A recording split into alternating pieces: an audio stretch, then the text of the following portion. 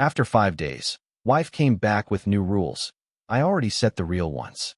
Before we begin the story, make sure to subscribe to our channel and never miss more incredible stories every day. My wife slid her new marriage rules across the granite island. Completely unaware, I had already packed her life into garbage bags. She sat across from me on the expensive velvet barstool I bought her for our 3rd anniversary, radiating a sickening aura of unearned victory. The kitchen was suffocatingly quiet, save for the low, rhythmic hum of the refrigerator. Rebecca's manicured fingernail tapped against the crisp, white printer paper. She was demanding total compliance, absolute freedom, and my continued financial submission. She looked at me with cold, calculating eyes, entirely convinced that my 5 days of silence were born from a pathetic, desperate fear of losing her. She thought she had completely broken me down. She thought the house, the shared bank accounts, and my quiet, steady income as an IT logistics manager were still her personal safety nets. What she didn't realize was that the man sitting across from her was no longer her husband. I was just the executioner of our marriage, waiting for her to finish reading her own death sentence. The physical weight of the manila folder resting under my right hand was grounding. Inside it was a meticulously curated timeline of her betrayal, stacked neatly next to a freshly drafted eviction notice. How fast does a marriage rot when the foundation is built on absolute lies? It takes exactly 5 days. 5 days to drain a joint account. 5 days to change the locks. 5 days to realize the woman you vowed to protect is actually the predator you need to destroy. I watched the fluorescent light catch the subtle diamond on her left hand, the ring I worked 3 years of overtime to afford. She wore it like a trophy of my naivety. The granite countertop felt freezing under my forearms. The faint, sweet smell of her designer perfume, the same scent she wore when she walked out on me, now made my stomach violently turn. She took a slow, theatrical sip of her sparkling water, preparing to lay out the terms of my new psychological imprisonment. She believed she was a queen returning to her conquered kingdom, ready to accept my total, unconditional surrender. I just stared at her, perfectly silent, waiting for the exact moment to strike. To understand the absolute zero temperature of this kitchen right now, we have to rewind to last Tuesday evening. I had just walked through the front door, my shoulders aching from a grueling 12-hour server migration. The house smelled faintly of roasted garlic and olive oil, a deceivingly domestic scene. I dropped my keys into the ceramic bowl by the door, completely exhausted, craving nothing but a hot shower and a cold beer. Rebecca was standing by the stove, her jaw tight, her posture aggressively rigid. Before I could even take my boots off, the assault began. It started over a completely fabricated grievance, a utility bill I had allegedly paid 2 days late, though it was set on autopay. She escalated the tension with terrifying speed, her voice pitching up, throwing insults about my ambition, my salary, and my supposed emotional unavailability. It was a chaotic, dizzying whirlwind of psychological projection. I tried to de-escalate, offering rational solutions, but you can't use logic against someone who desperately needs a fight.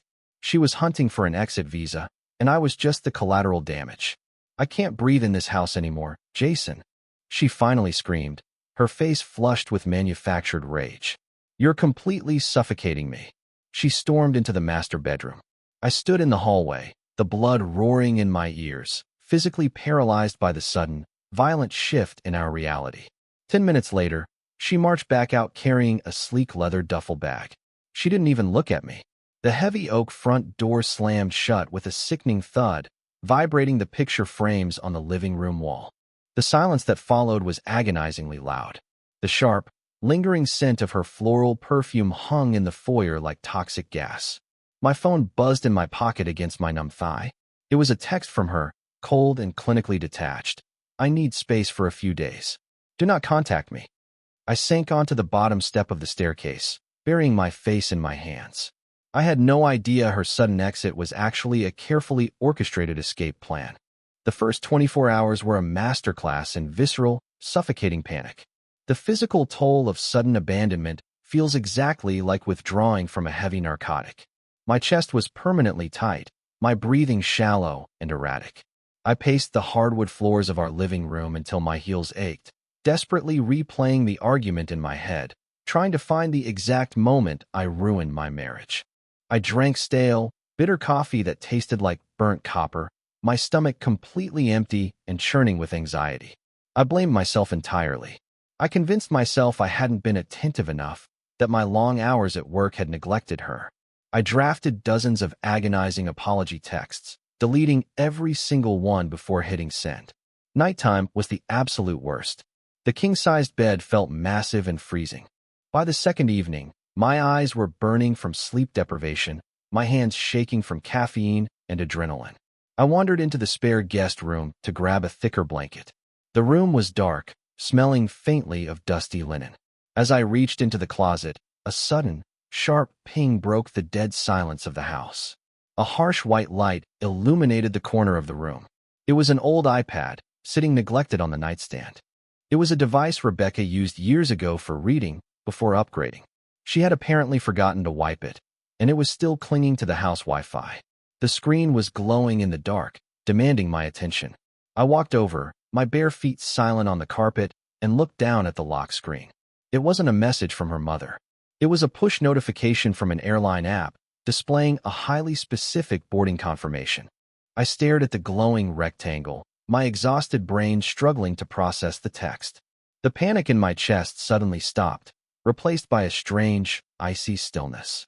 The notification banner sat there, a digital breadcrumb preparing to completely detonate my entire existence. I reached out with a trembling hand and slowly unlocked the device to see more. I swiped the screen, bypassing the old 4-digit passcode she hadn't bothered to change in 5 years. The airline app opened immediately, burning my retinas with its bright interface. The notification wasn't just a flight confirmation, it was a digital boarding pass scanner. Passenger, Rebecca Hayes. Destination, Cabo San Lucas. Status, boarded. The raw, visceral shock hit me like a physical blow to the sternum. My knees literally buckled, forcing me to sit heavily on the edge of the guest bed. She wasn't staying at her sister's house across town to clear her head. She was currently thousands of miles away, soaking up the sun on a tropical beach. The manufactured argument, the dramatic exit, the cruel demand for space. It was all an elaborate, meticulously calculated smokescreen. I felt a hot surge of bile rise in the back of my throat. How fast does love rot when you see the actual receipts? It dissolves instantly, leaving nothing but toxic ash behind. My IT background kicked into high gear, transforming my heartbreak into clinical, aggressive curiosity. If she hadn't signed out of the airline app, what else was still syncing to this forgotten tablet? I opened the main settings menu and checked the linked cloud accounts. Her primary email was still actively fetching data. I tapped the mail icon. The inbox flooded with hundreds of unread messages, downloading months of hidden digital history directly into my hands.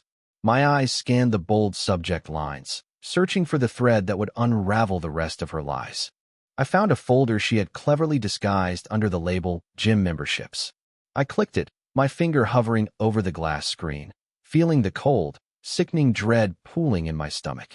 It wasn't fitness schedules or diet plans.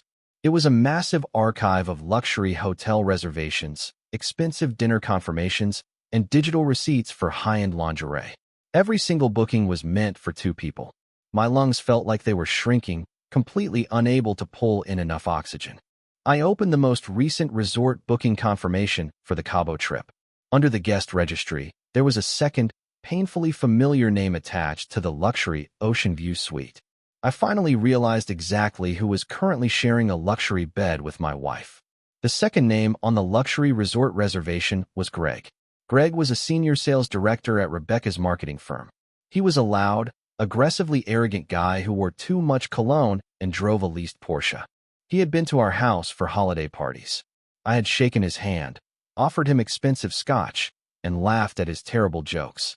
The realization was sickening. While I was pulling overtime shifts to pay down our mortgage, she was coordinating a secret second life with a man who drank my liquor. I needed undeniable, visual proof. I backed out of the email app and opened the synced photo stream. It took a few agonizing seconds for the cloud server to update, the little loading while spinning like a roulette wheel of trauma. Then, the images began populating the grid. It was an absolute abyss of betrayal. There were selfies of them drinking margaritas by an infinity pool, their faces pressed intimately together. There were explicit, stomach-turning photos taken in the hotel room, capturing moments of intense intimacy that entirely destroyed any remaining illusions of my marriage. I stared at the high-resolution images, the harsh blue light of the tablet illuminating my pale, sweaty face in the dark room. The physical exhaustion of betrayal is a very real, crushing weight. My muscles ached, my head pounded with a vicious migraine, and my hands felt completely numb. Every single late night at the office, every sudden weekend corporate retreat, over the past year clicked into place with horrifying precision. She hadn't just made a mistake. She had engineered a complex, long-term fraud. I was nothing more than a domestic utility to her, a stable financial baseline, while she chased adrenaline with her office paramour. I swiped through a video of them laughing at a romantic dinner, the sound of her genuine joy stabbing me directly in the chest.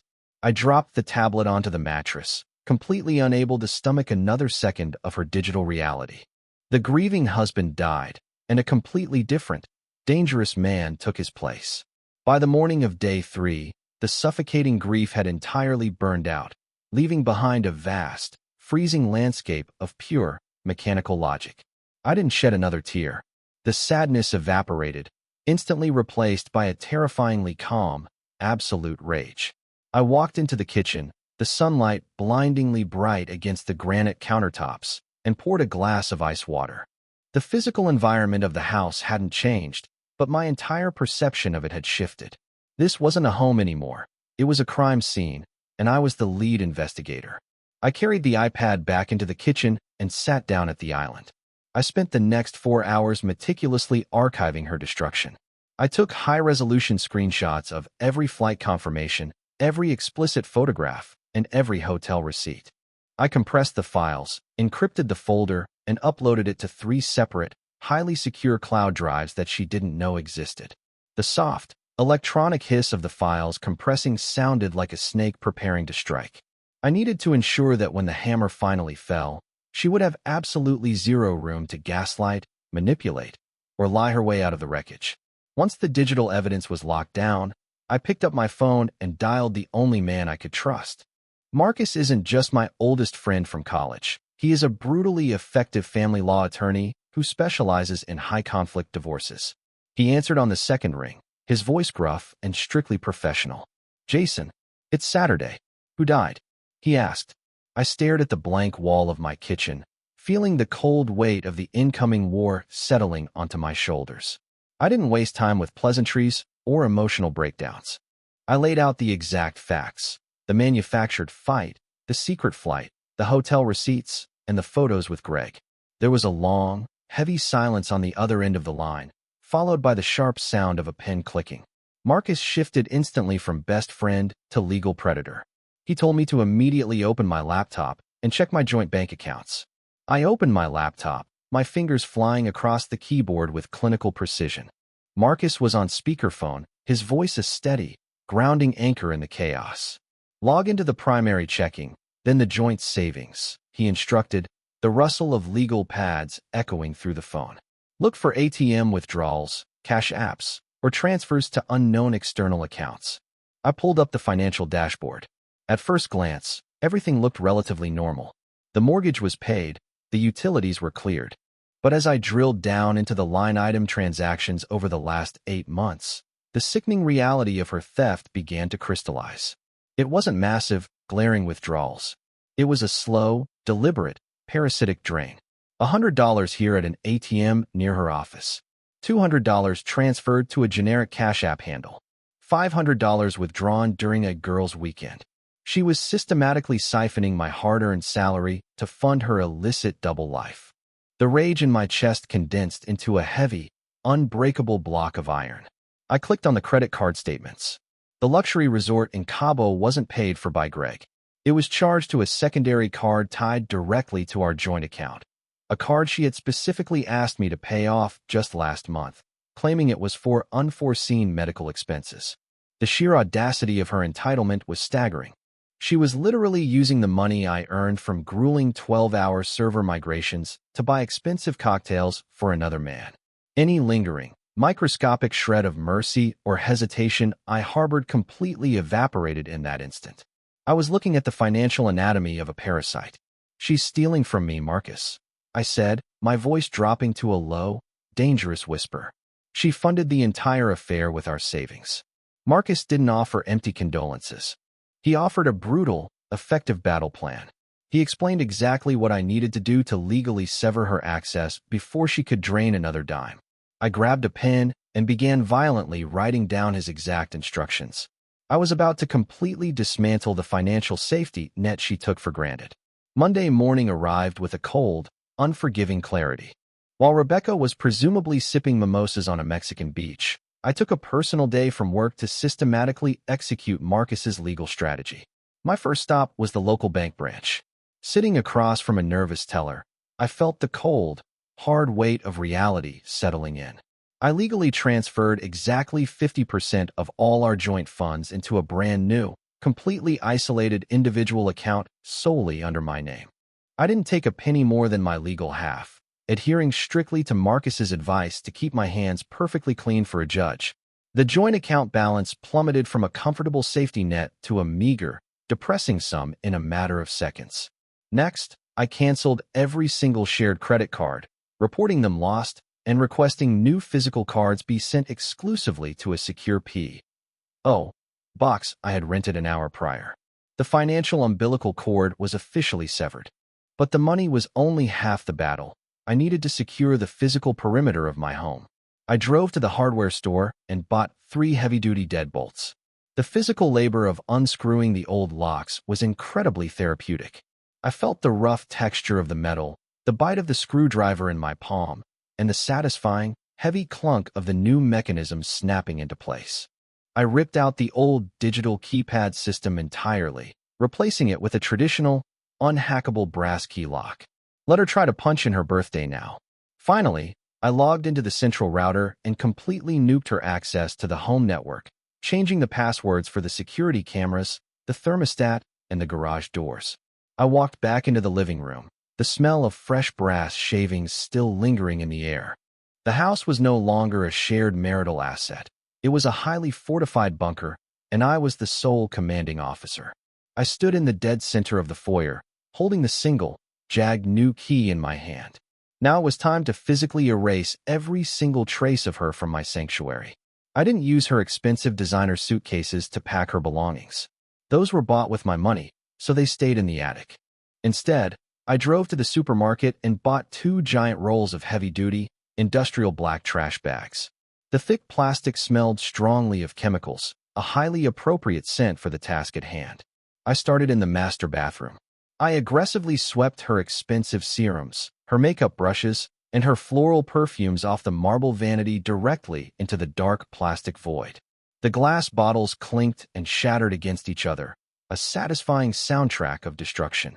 I moved to the walk-in closet, moving with the brutal efficiency of a demolition crew. I ripped her silk blouses off their wooden hangers, grabbed fistfuls of her shoes, and shoved them violently into the bags. I didn't fold anything. I didn't care about wrinkles or scuff marks. I was physically purging a toxic infection from my living space. Every item I touched, every sweater, every necklace, every piece of gym equipment, felt like handling radioactive waste. The physical exertion left me sweating, my breathing heavy in the quiet house. I stripped the expensive sheets off the king-sized bed, rolling them into a tight ball and throwing them into the corner to be burned later. I carried over 30 heavy black bags down the stairs, dragging them across the hardwood floors, and piled them unceremoniously in the dusty, unfinished corner of the garage. By midnight, the house was entirely unrecognizable. The bathroom counters were stark and empty. Her side of the closet was a cavernous, echoing void. The walls were now blank canvases. I stood in the living room, the faint smell of bleach masking the last remnants of her perfume. I had successfully excised her ghost from the property. The environment was finally clean, sterile, and entirely mine again. I ate a cheap pizza standing up in the kitchen, staring out the window. I wiped the grease from my hands and waited for the inevitable text to arrive. The text finally vibrated against the granite island at 2:15 p.m. on Thursday, exactly 5 days after she stormed out. "I'm heading home now. she wrote, the tone dripping with arrogant condescension. We need to sit down and have a very serious conversation about our new dynamic moving forward. I hope you've spent this time reflecting on your behavior. I read the message twice, marveling at the sheer, unadulterated audacity. She was returning from a tropical affair funded by my paycheck, yet she was actively framing herself as the emotionally mature victim granting me a second chance. It was textbook, predatory gaslighting. I didn't reply. I simply locked my phone and placed it face down next to the thick manila folder resting on the kitchen island. The house was agonizingly quiet, the silence heavy and expectant, like the air right before a massive thunderstorm breaks. I had spent the morning thoroughly cleaning the floors, wiping down the counters, and ensuring the space looked aggressively immaculate. I brewed a fresh pot of dark roast coffee, the rich, bitter aroma grounding my nerves. I poured myself a single mug, leaning against the counter, perfectly still. I wasn't anxious. I wasn't heartbroken. I was operating with the cold, precise machinery of a bomb technician preparing a controlled detonation. I watched the clock on the microwave tick forward, minute by agonizing minute, visualizing the exact sequence of events that was about to unfold. I heard the low rumble of her Uber pulling into the driveway. I heard the heavy thud of the car door slamming shut, followed by the familiar, sharp clicking of her designer heels marching aggressively up the concrete walkway. I took a slow, deep breath, letting the freezing air fill my lungs, and braced myself for the final impact. The heavy brass doorknob began to rattle violently as she aggressively shoved her old, useless key into the brand-new deadbolt. She aggressively rattled the handle, completely unaware she was already permanently locked out of my life. The rattling of the doorknob echoed sharply through the empty foyer. "Jason, open this door right now," she barked, her voice muffled but laced with intense, immediate irritation. I slowly walked to the front door, unlocked the heavy deadbolt, and swung it open. She stood on the porch, her skin deeply tanned from the Mexican sun, wearing oversized sunglasses and a linen resort dress. She pushed past me without a single word of greeting, dragging her sleek leather duffel bag across the threshold. She was so entirely consumed by her own fabricated narrative of power that she didn't even notice the glaring emptiness of the house. She didn't notice the missing coats in the hallway or the absolute silence of the sterile environment. She marched directly into the kitchen, dropping her bag onto the floor with a loud, dramatic sigh. She pulled out a bar stool, the velvet scraping against the hardwood, and sat down at the granite island. She removed her sunglasses, fixing me with a cold, haughty stare that was designed to completely shrink me down to size. She reached into her expensive designer purse and dramatically pulled out a single sheet of crisp, white printer paper, smoothing it out on the stone counter. She was acting like a conquering queen dictating the terms of surrender to a defeated peasant. "I have thought long and hard about whether this marriage is worth saving," she began, her tone highly practiced and painfully artificial. "And I have decided that I am willing to stay, but only if we establish some very strict, non-negotiable boundaries." She took a sip of the sparkling water she brought with her, completely oblivious to the thick manila folder resting just inches from her elbow. She believed she held every single card in the deck, confident that my silence was a pathetic display of emotional submission. I leaned comfortably against the refrigerator, crossed my arms, and looked at her with dead, unblinking eyes. I nodded slowly, silently inviting her to read her incredibly toxic list of delusional demands. Rebecca cleared her throat, her manicured finger tracing the printed text of her manifesto. "Rule number 1, she read, her voice dripping with absolute authority. "We are moving to separate bedrooms immediately. I need my own personal sanctuary where I am not suffocated by your constant need for attention." I didn't flinch. I just watched her lips move, amazed by the sheer scale of her delusion. "Rule number 2, she continued, gaining confidence from my silence. "I am no longer answering to you regarding my schedule. If I need to work late, travel for the weekend, or take personal space, you are not allowed to question my whereabouts or check my location. That is a hard boundary regarding my autonomy." The translation was painfully obvious. I demand the freedom to sleep with Greg without the hassle of lying to your face. "Rule number 3, she finished, tapping the paper sharply. Our finances remain joint, but I expect you to cover the primary mortgage and utilities entirely from your salary moving forward. I need my income to focus on my mental health and personal growth." It was a breathtaking masterclass in financial and emotional abuse. She wanted me to happily finance her ongoing affair while confined to the emotional equivalent of a solitary prison cell in my own home. She finished reading, slid the paper across the cold granite toward me, and crossed her arms. "These are the new rules, Jason. Take it or leave it. But if you leave it, I'm taking half of everything you've ever worked for." She sat back, radiating a sickening aura of unearned victory, waiting for me to crumble, apologize, and accept my new role as her domestic ATM. I let the silence stretch out for a long, agonizing minute. I listened to the hum of the refrigerator. I felt the rough texture of the manila folder under my right hand. I didn't yell. I didn't cry. I simply picked up my heavy folder, looked her directly in the eyes, and smiled. "Those are fascinating rules, Rebecca," I said, my voice eerily calm, completely devoid of the panic she expected. "But unfortunately, they don't really apply to a woman who doesn't live here anymore." I picked up her pathetic piece of printer paper, crumpled it into a tight ball, and tossed it into the trash can. Before she could even register the insult, I slammed my heavy manila folder down onto the granite island. The sharp crack echoed like a gunshot. I flipped it open, immediately fanning out the high-resolution, color-printed photos of her and Greg entangled in the Mexican hotel bed. Next to the photos, I slapped down the massive 50-page legal divorce summons drafted by Marcus, followed closely by the official, court-stamped 30-day eviction notice. "My turn to set the rules," I whispered, leaning over the counter until I was inches from her face. "Rule number 1. You are officially defunded." I slid the bank statements showing the legally drained joint accounts toward her trembling hands. "Rule number 2. Your designer garbage is currently rotting in 30 black trash bags in the garage." I watched the blood drain completely from her face. Her deep, tropical tint suddenly looked sickly and gray.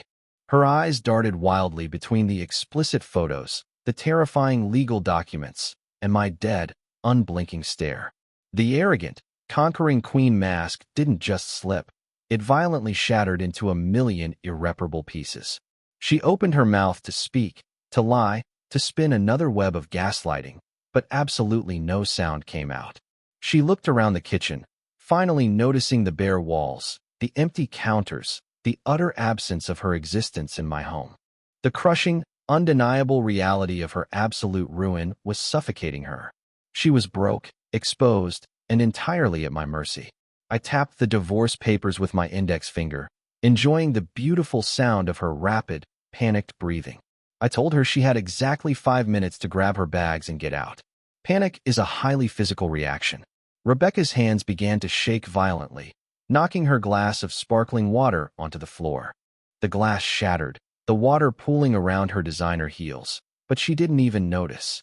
"Jason, wait, please. This isn't what it looks like," she stammered, frantically trying to scoop the explicit photos back into the folder, as if hiding them would rewrite history. "You hacked my tablet. That's illegal. I can explain everything." I didn't move a muscle. I just stood there, watching the complete collapse of a narcissist. Realizing I was utterly impenetrable, her survival instinct kicked in. She desperately grabbed her phone with trembling fingers and dialed Greg. She needed her affluent, arrogant rescue pod. I listened to the phone ring once, twice, and then immediately click over to voicemail. She dialed again. "Voicemail. He's not going to answer, Rebecca," I said, pulling my own phone from my pocket. "While you were reading your little manifesto, I sent a highly detailed text message containing these exact photos to Greg's fiancée. He is currently dealing with his own domestic apocalypse." Her eyes widened in absolute, unadulterated horror. Greg, the coward who drank my scotch, had instantly blocked her number the second his own life caught fire. She was entirely alone. No husband, no affair partner, no money, and no home. She collapsed back onto the velvet bar stool, burying her face in her hands, emitting a low, guttural wail that echoed off the bare kitchen walls. It wasn't the sound of a woman heartbroken over losing her husband. It was the pathetic, terrified sound of a parasite realizing its host had completely cut off the blood supply. I walked over to the front door, pulled it wide open, and pointed toward the driveway. The afternoon sun cast a long, harsh shadow across the porch. The brutal reality of her eviction was no longer a threat. It was happening right now. She slowly stood up, utterly defeated, and walked out of my house for the last time. The second she crossed the threshold, I slammed the heavy oak door shut and instantly threw the new brass deadbolt. The loud, metallic click echoing through the empty foyer was the most beautiful sound I have ever heard in my entire life.